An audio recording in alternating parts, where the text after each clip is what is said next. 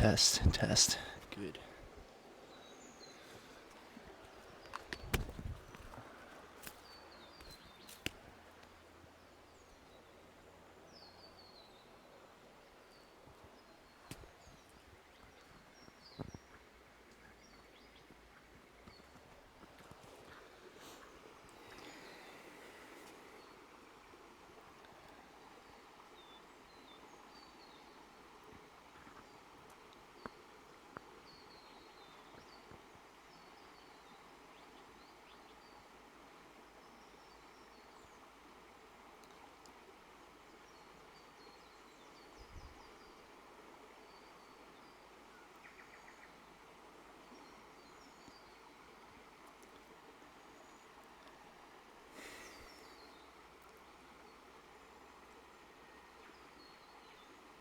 Pain is a layered, complex thing.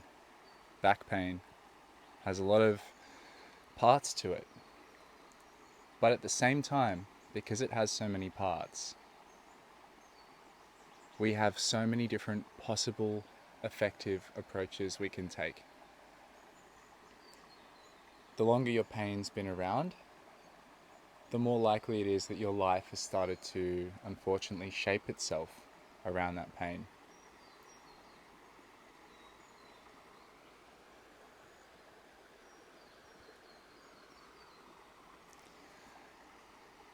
So the first thing you've got to understand about your back, your spine, in fact your whole body, is that it's held together by a combination of tensions. And these tensions wrap, they stretch, they coil around all of the joints. And these tensions connect the skeleton. When our skeleton is really well aligned with gravity, or with whatever force we're applying, we don't need anywhere near as much tension to hold it together. We don't have to try as hard to create this tension. When we're not aligned with the direction of force, we require tension in certain tissues just to hold us upright.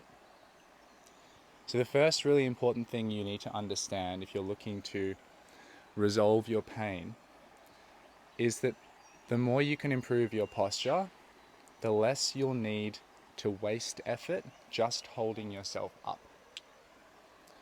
The reason why this is so important is because when your posture is less efficient than it could be, this wasted energy that's going into just holding yourself up is energy that's not helping you to heal your injury. And over time, as gravity compresses us and we start to collapse into ourselves, the tensions begin to also consolidate. Collagen is laid down so that we don't have to use so much muscular effort, because an inefficient position isn't just going to be something your body puts up with. It's not going to be like, all right, let's expend calories all day, borrowing from our brain, borrowing from our digestion, just so that we can hold our back muscles against this pulling. We don't want to contract. We want to save energy, so your body's going to end up laying down collagen to hold you in shape. So this is the function of tensions. Tensions hold you in shape, hold you together.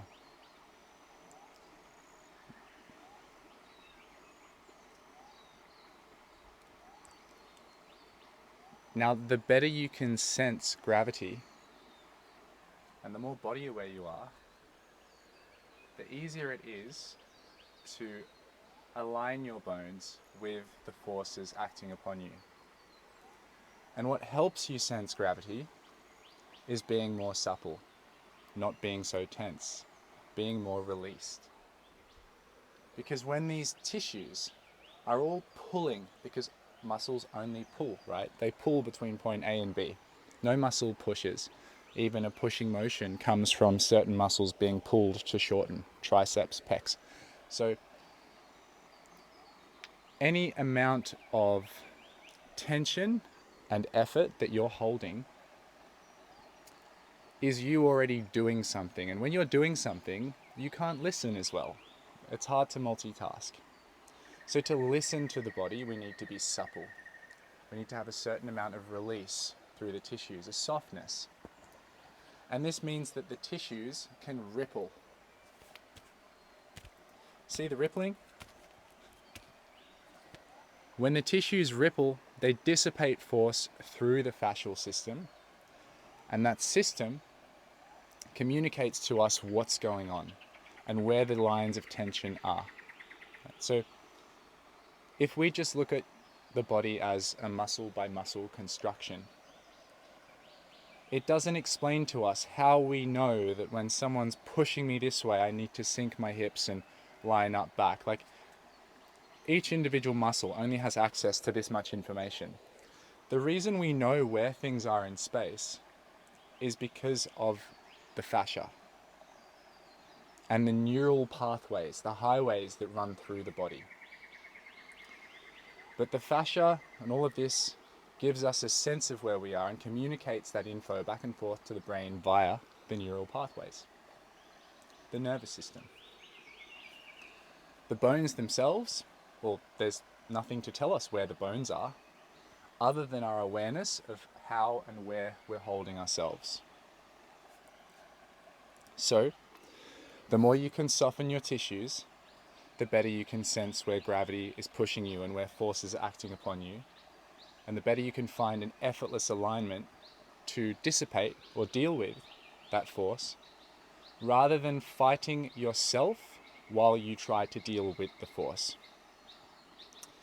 Because if I'm doing this, and I'm contracting my tricep a lot just to support myself instead of this, then I am pulling against my own limbs, and I'm also having to feel the weight of gravity. Whereas if I relax, I'm going to notice more quickly, I'm fighting myself, and then I'm going to find something that feels floaty. So this isn't about stacking the bones. This is about finding an alignment that equalizes the tensions on each side of any joint. So let's say that we take one of the spinal vertebrae. We want equal tension here and here as gravity acts down, because if we have more tension on one side, then or shortening, then we're going to also be leaning into this tissue, and this tissue is going to have to be in a chronic state of slightly activated or tightness just to hold us, and that takes energy. So if I can equalize the forces and I can float my bones, a skeleton that just sits upon itself, then I'm not doing double. I'm not dealing with the weight of my bones and gravity, and then dealing with having to balance out the shortness on one side by contracting the other. And this is either a beautiful upward spiral, or it's a downward spiral. And what happens when you injure yourself, or you're in pain, is your body says, oh dear, something happened. We didn't sense the environment very well there. We didn't know where we were and what was happening to us. We made a boo-boo. So it says, right, since we're not really sure what's going on and we can't feel, sense, see, and react, let's just lock that area up. Let's just seize it up, make everything really tight around it, and form a protective layer, like armor. You can't feel very well through armor. You can't listen and sense well through something that's already doing so much work to be solid and to be hard, even though it's a soft tissue. So what you need to do when you're in pain is find a way to support the thing that you may have injured, or support the thing that your body perceives as being threatened, let's say it's part of your back, without guarding it too much. The way we start to support the area that feels threatened is by learning how to hold the bones and hold the body, hold your hard, white structures, the deep frame, in a way that's aligned with gravity and the force that's acting upon it. Once you can align that, the muscles start to release. Once the muscles start to release, the transmission and the feeling of whip, the feeling of continuity that helps us connect movement and walk with fluidity, or throw something and have a really communicative athletic body, that can come together because we're relying more on the fascial system, and our eyes and ears and our sensation of movement is open instead of being locked.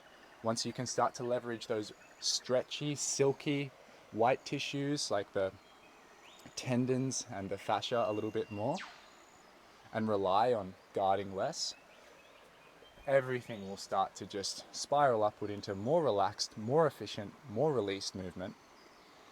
And then when you need to do something which is active, when you need to deal with a force, not only will you have more energy at the ready because you've been leaking less energy just by existing, you will also be able to more quickly and accurately respond to that force because you allow the force to be felt in your whole system and whole body.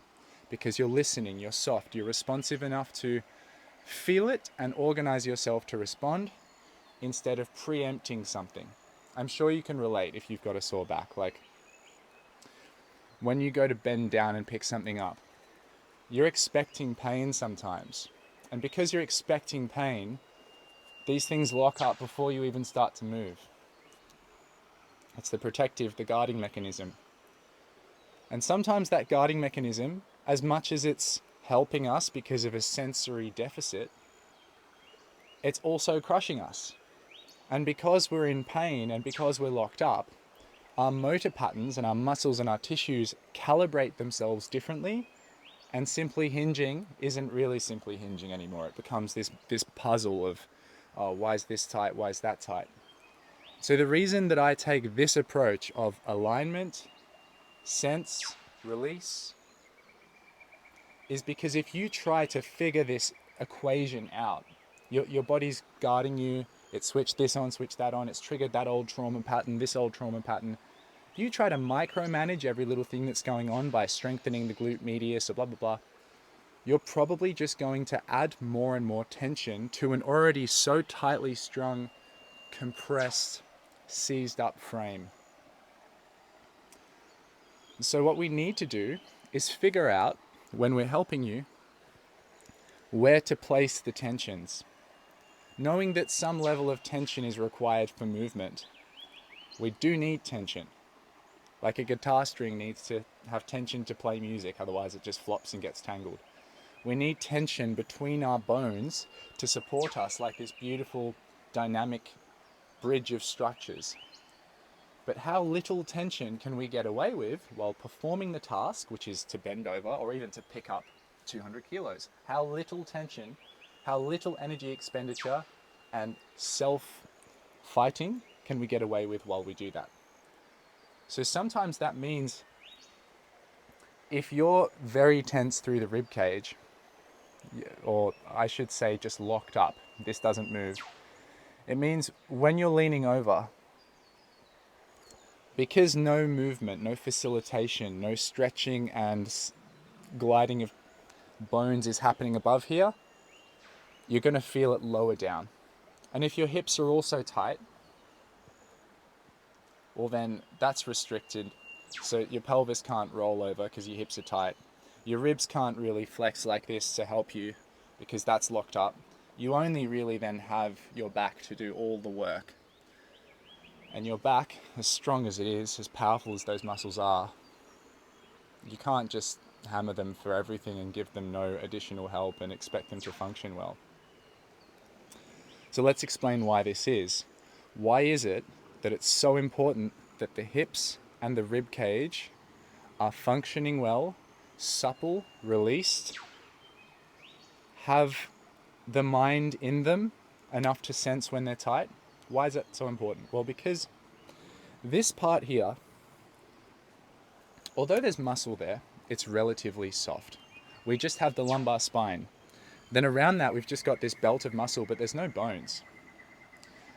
Now let's compare that to the rib cage. Well, immediately, we know we've got heaps of muscle. Sorry, not muscle, maybe that too, maybe not. We've got a lot of bones. There's a lot of density of hard tissues. It's very protective because we've got our vital organs in there. And then our pelvis is also like, it's a big stiff, heavy part of our body.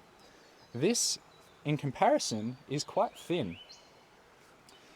So in terms of supporting this part of you, what you need to learn to do is position or move your rib cage and move your hips so you can be aware of your pelvis by moving the hips well. You can free all of this up, and then you can move your ribs really well so that you have the option of, if I want to reach there, I can open my hip, and I know how to because my hip's three-dimensional and I figured it out. I can open my hip. I can also move through my rib cage up here, and this part hasn't even done that much yet. So I can go most of this way like that, and then I can also get some through my lower back, and I have all this free range of motion because I've mobilized what is above and below my painful or restricted area, rather than just continuing to ask more and more and more from this area, which is not necessarily weak, but is probably just overused and overstressed. So the next reason why the ribs and pelvis, and obviously the hips, I'm kind of using pelvis to talk about the whole hip area, why they're so important is because they're so heavy. It's a big block. It's a main part of your body, and so is this. So when you can sense your ribs and pelvis and where they are in space relative to one another, which gets easier, by the way, the more you try to move them and pay attention to them, that will help you to align your bones in a way which helps you to float and feel supported, and to find a neutral space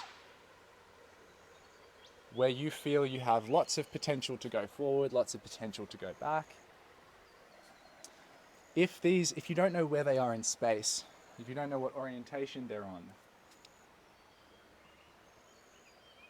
then you don't know how to organize these biggest parts of your body that are going to affect everything else. And it's likely that the way you hold your weight in your feet is going to be a little bit off if your pelvis is out here. It's likely that if you're super expanded through the back and contracted through the front, that's going to affect your movement. And based on where we perceive our neutral to be, and obviously that looks different for everyone, but if we have a true neutral, we should be able to move both ways, flex and extend, internally rotate and externally rotate. But if, for example, I was stuck in this position with rib flare, then as soon as I try to close more, because I'm already closed here, I'm going to run out of space, and I'm either going to keep bashing into my hip joints, or I'm going to end up rounding my lower back during movement, and it's going to be really wiggly. And that's because of a postural thing. That's because I'm not sensing myself in space and aligning with the forces of gravity. If I can be more neutral, I already now have more space here for my hips to flex into, just because I started more open. And I started more open not because my hip flexors are now more open and before they were tight, because that is secondary to just being more open because I know where my bones are. So muscles, these pulling engines, they don't run your body. They just help you put your bones where your bones need to be. So what runs your body is your awareness of gravity and your deep frame or your skeleton. When you're aware of that, the muscles help you to facilitate movement. So the muscles are like the third level down. They're like the soldiers that mobilize to help the general, which is the nervous system and the sensory motor system, arrange things in the most efficient way to manage the world. So when we're standing straight, yes, bones are aligned, and when things align well, they feel lighter. You become aware of your feet and the crown of your head, but you're not aware of tightness in your back or in your chest. It's only when we collapse into ourselves in some way, and we all do it in different ways, when we shorten and constrict and contract and crush ourselves with this excess muscular tension, that's when we start to feel heavy through our body and like we've got the spine of an 80-year-old, while at the same time feeling disconnected from our feet and hands. Because the highways are closed, the information isn't traveling from the things that we're touching via the brain. Our body is no longer the beautiful translucent conduit which it's designed to be, to transfer movement, transfer force, to open to senses and listen. It just becomes this selection of like hot spots. The next part is breathing.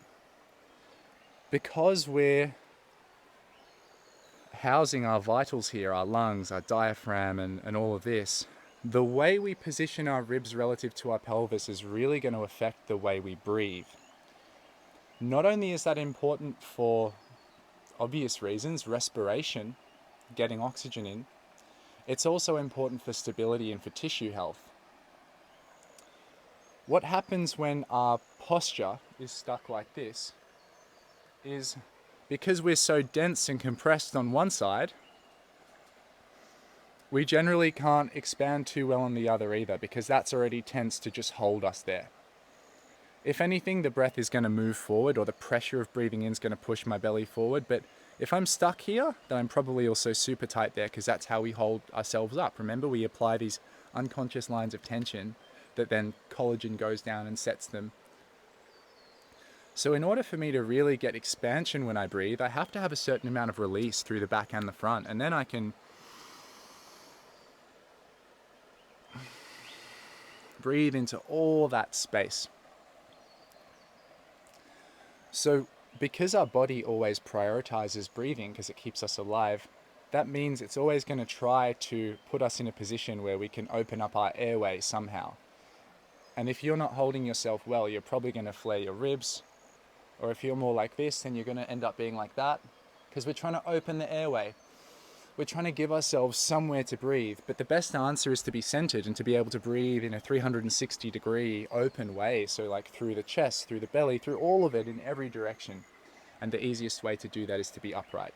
So the more you improve your posture and your awareness of your body parts in space, the better your breathing will become, which means better healing, better mood, mental alertness, calm, because when our breathing's disrupted or we're fighting against ourselves while we're breathing, we're in a low level of fight or flight mode all the time. This gets worsened if you breathe through your mouth, you overbreathe, you try to take in too much oxygen, but there's not enough carbon dioxide saturation in your blood for you to transport that oxygen. You're short of breath, but you're breathing a lot instead of being slow, full breaths, really satiated, beautiful breaths that energize you. Most of us overbreathe because we can't get enough slow, nice expansion and contraction. So we breathe too fast, we breathe too often, we breathe through the mouth, which prevents the ideal exchange of gases. And then because of that, we get into even more of a spiral of being tight in particular areas because the mouth doesn't offer any resistance. And we need the resistance of the nose to train the diaphragm. When the diaphragm's being trained because of that slight resistance, just breathing through the nose immediately strengthens your diaphragm. And then, hey, the diaphragm is like this parachute that as you breathe out, it rises up and your rib cage constricts. As you breathe in, your ribs broaden in every direction and that parachute drops to suck in air through the lungs. So a functioning diaphragm helps you to expand your ribs, which comes from breathing through the nose. And when you can expand your ribs, you already know that that releases stress on your lower back. And it means instead of constantly having to use your lumbar spine as a muscle system, you can actually leverage this thick diamond of fascia or stretchy, intelligent, elastic tissue that sits here quite deep under a few layers of muscle.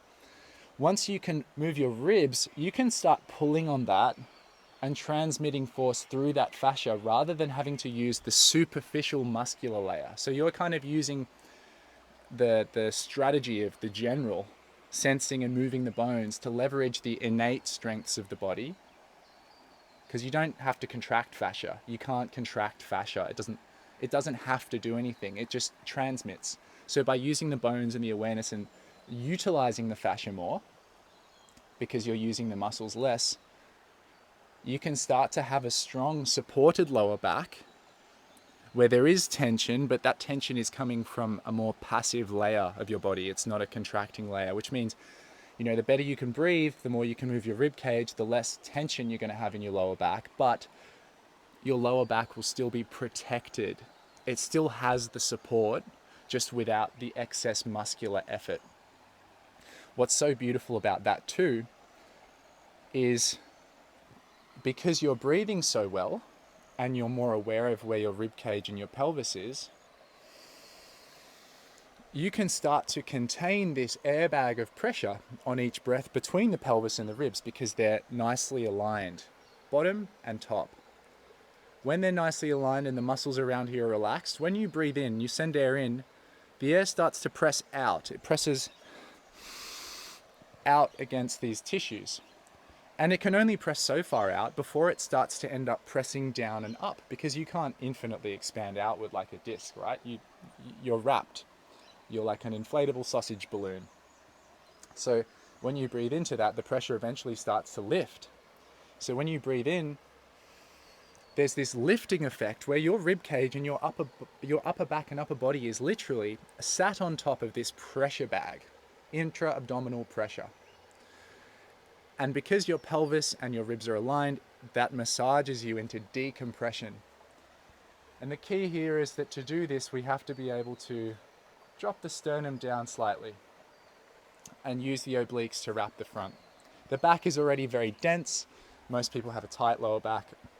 You've got that thick thoracolumbar fascia, that diamond of white tissue that I just mentioned. You've got the back muscles, the erectors.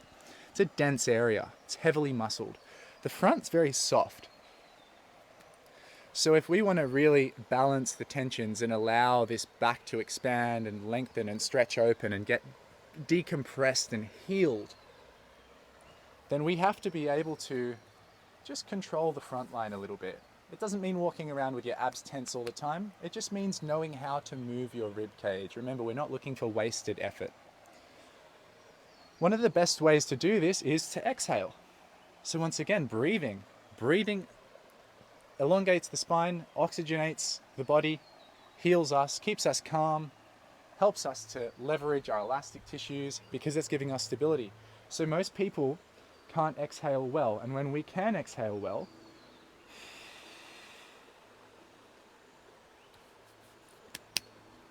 it connects all of this.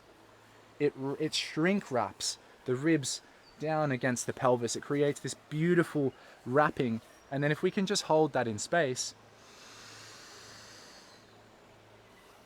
we've got this beautiful container with a decompression system. And then when we can do that and we bend down, I've got that airbag it's full of air. It's being compressed.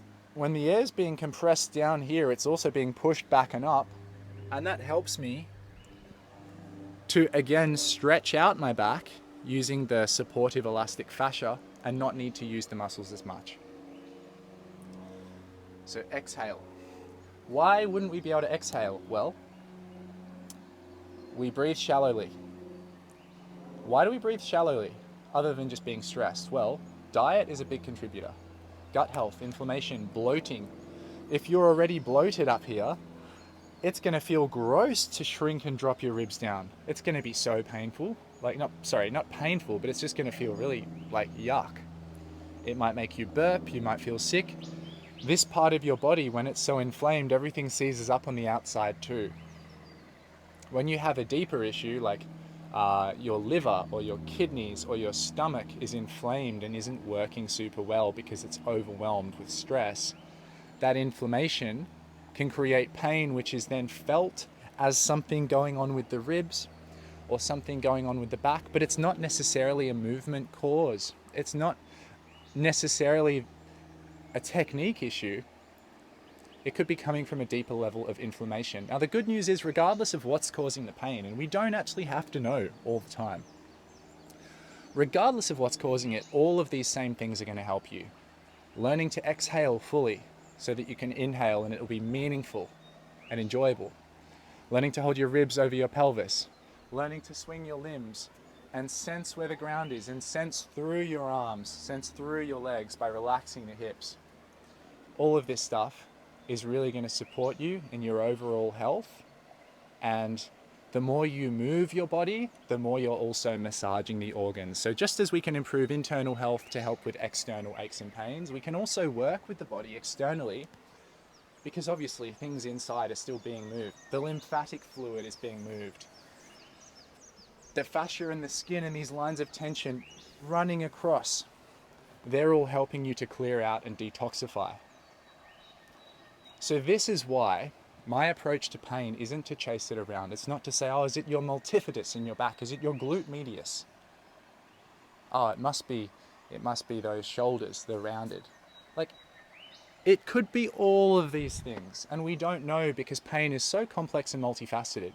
What we do know is pain is an invitation from the body to do something differently because there's a perceived threat. Doesn't mean that things are actually super damaged. There's plenty of people who are walking around with like damage, if you scan them, pathology in their body, but they've got no pain, they're fine, they don't care. And there's people in a lot of pain who don't seem to have anything wrong with their scans, and it's because the pain it's a collective picture. The body gets its information and delivers you some pain to say something in this area needs support. It's not saying something is fucked or broken. It's just saying stress is gathering in this area. How can we dissipate it? The best way to dissipate stress is through multiple systems, right? Multiple parts of the body and multiple depths of the body. If we can get these all functioning really well, and on top of that, your mind is great. You're feeling excited about your movement practice because you're understanding how this beautiful, beautiful technology works. You're not going to have to chase around these micro issues. The worst case scenario of doing it this way is that you end up improving across the board in so many aspects of your life. And maybe the pain is still sticking around, but at least everything else is getting better. And that's going to help. It's going to help your overall energy equation. You'll feel less overwhelmed. You'll feel less run down. And all of these things 100% contribute to pain. Like, I know people who've had no flare-ups. They go out partying, they get depleted. They're putting their kidneys or their organs under a lot of stress, or they're not moving, they go on a long drive, and then the pain comes back. They haven't injured themselves. There's no injury. It's just the system is under stress and you're not dissipating the stress. It's really simple. Complex, multifaceted, but ultimately simple when you trace all of these signals back to the center. Now, the best case scenario of addressing things holistically like this is that you end up healing your pain so much quicker because you're not looking in all the wrong boxes thinking there's going to be one solution, and your life improves and you're loving the process along the way. So even if it does take longer, you still love your life more than you did before and you're growing as a human being. Whereas if you just try to find that one cause of pain, it's that one muscle, I know it is, the physio told me, glute medius. They said it was weak adductors. Like, if you're just looking for that one thing, it's lucky dip. You may be right, you may be wrong. It may make no difference. Some of the strongest people are in so much pain, and some people who've never lifted a weight in their life, walking around feeling great. And at the end of the day, that's because pain is about overall function. It's just showing up as an energy leak in one area, and that's where you're copping the most stress. So, a lot of talk from me, but I really hope this has helped you. To summarize, you need to practice postural alignment so that you feel lighter, because when you can start to align your bones, you will feel weightless compared to if your bones are all off kilter. Gravity, sensing your posture, that's the one thing, okay? Gravity, posture. Next thing, to sense that better, work on your tissues. Massaging the tissues is great, but what's even better is you taking your mind into your body, reminding your body, embodying, dropping in, going within, attuning to your tissues and softening them. Being aware of how you're why do I always hold my shoulder tight? Let it go. Let it go. Touch it, remind yourself to let it go. This is why massages are good. They help remind the body, put the mind in the body, so that you can have the feedback of that little bit of pain or soreness and release into it. That's the purpose. That's why they work. That's why stretching works too. So working with the tissues is next, getting really supple. And then the third piece is actually coordinating your movement well. And because you know where your center line is, gravity and posture, you've got that piece. Because you have softened enough to actually start feeling and sensing the layers of your body, the next thing you can do is just start walking. Hanging from a bar. Making up movements like this. Swinging your legs. Working on releasing tensions where you don't need them, and educating yourself to hold your body in ways that support any injuries or tension imbalances or overwhelmed areas. And that part is a bit more specific. That's where some of the training that I can offer you will help. Some of my programs will help. They'll give you specific exercises to work on. But those are your three pillars: sensing gravity, softening the tissues, and actually moving. And breathing of course. So there it is, guys. Let me know if you have any questions by DMing me on Instagram _attuned. You can email me at hello@attuned.space. You can also head to my website if you want to book a consultation. I do 30-minute consultations when I have availability, and also 90-minute deep dives. And then we have the mentorship for anyone who really wants to go deep. Spend 3, 6, 9 months setting the foundation for a lifetime of movement where you're not fighting gravity, you're not fighting yourself, and you're able to heal from the inside out and the outside in, to enjoy your life and let these pain experiences teach you the lessons they need to, and then let them go. Yeah, much love.